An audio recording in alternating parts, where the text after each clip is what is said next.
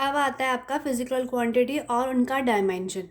जैसे कि मैंने बोला लेंथ आपका फंडामेंटल क्वांटिटी है, वो मास और टाइम पर डिपेंड नहीं करता, इसलिए m की पावर 0 और t की पावर 0। किसी की पावर 0 का मतलब होता है अगर हमारे पास हमने लिख दिया a की पावर 0। अगर हमने लिखा है a की पावर 0 तो उसका मतलब होता है 1। यानी कि अगर हमने m की पावर 0 लिखा है उसका मतलब होता है 1। हमने बोला है कि लेंथ हमारा मास और टाइम पर डिपेंड नहीं करता, तो हम लिख सकते हैं m0 l1 t0, क्योंकि इसका मतलब l1 ही होगा। इसका होना ना होना एक ही बात है, क्योंकि इन दोनों का मतलब 1 1 है। ठीक है। ऐसे ही मास, हमने बोला मास और लेंथ और टाइम पे डिपेंड नहीं करता, तो m1 l0 t0। ऐसे ही टाइम है, टाइम ही हमारा मास और लेंथ पे डिपेंड नहीं करता, तो m0 l0 t1। अब आता है हमारा एरिया। एरिया का फॉर्मूला होता है l इंटू एल, यानी कि एरिया मास और टाइम पे डिपेंड नहीं करता। यानी कि m0 l इंटू एल है, तो l की पावर 1 और 1 की पावर 1। एल की पावर 1 इंटू एल की पावर 1, जब बेस सेम होता है तो पावर ऐड हो जाती है, तो एल की पावर 1 + 1 यानी कि एल की पावर 2। ये हो जाएगा इसका। तो इसका यूनिट क्या हो जाएगा, m0 l² t0। ये इसका यूनिट है।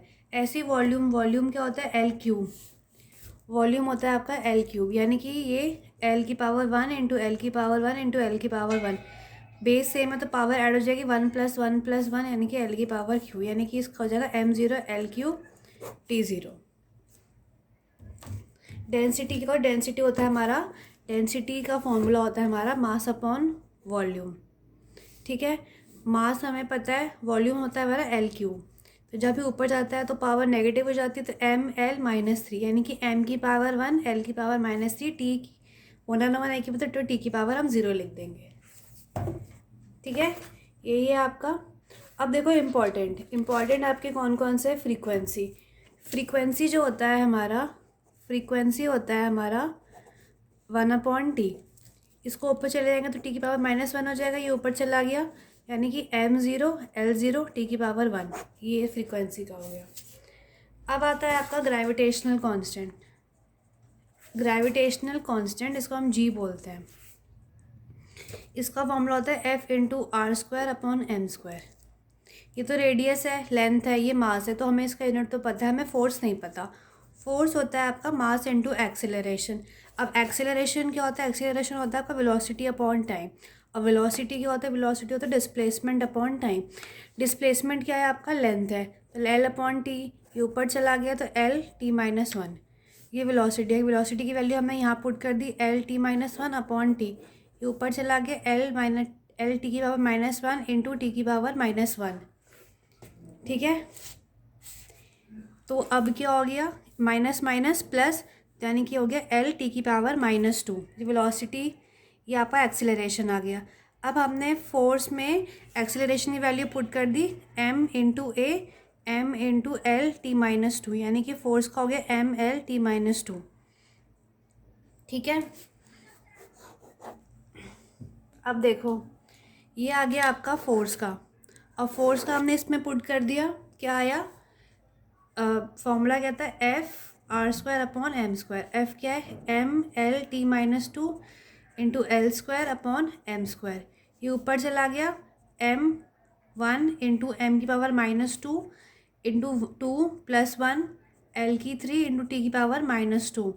-2 + 1 -2 + 1 -1 -2 + 1 -1। तो क्या हो गया, m के पावर -1 l³ t की पावर -2। ये है।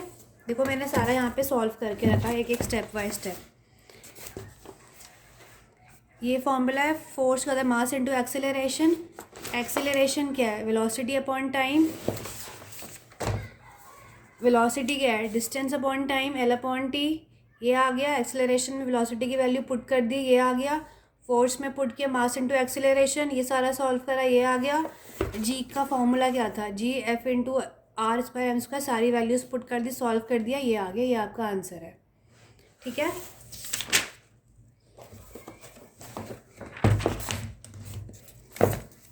अब देखो, एक और है इसमें इम्पॉर्टेंट, वो है प्लैंक्स कांस्टेंट। प्लैंक्स कांस्टेंट आपका होता है एनर्जी अपॉन फ्रीक्वेंसी। एनर्जी क्या होता है आपका? एनर्जी होता है आपका वर्क डन। वर्क डन क्या होता है? वर्क डन होता है आपका force into distance. Work done है आपका फोर्स इनटू डिस्टेंस, ठीक है। फोर्स का हमने अभी पीछे निकाला था mL/t-2, यही आया था, हाँ mL/t-2। और डिस्टेंस क्या होता है? लेंथ। ये भी 1 है, ये भी 1 है, बेस सेम है तो पावर क्या हो जाती है? ऐड हो जाती है, तो mL²t-2। ये आ गया आपका वर्क। वर्क क्या है आपका? एनर्जी।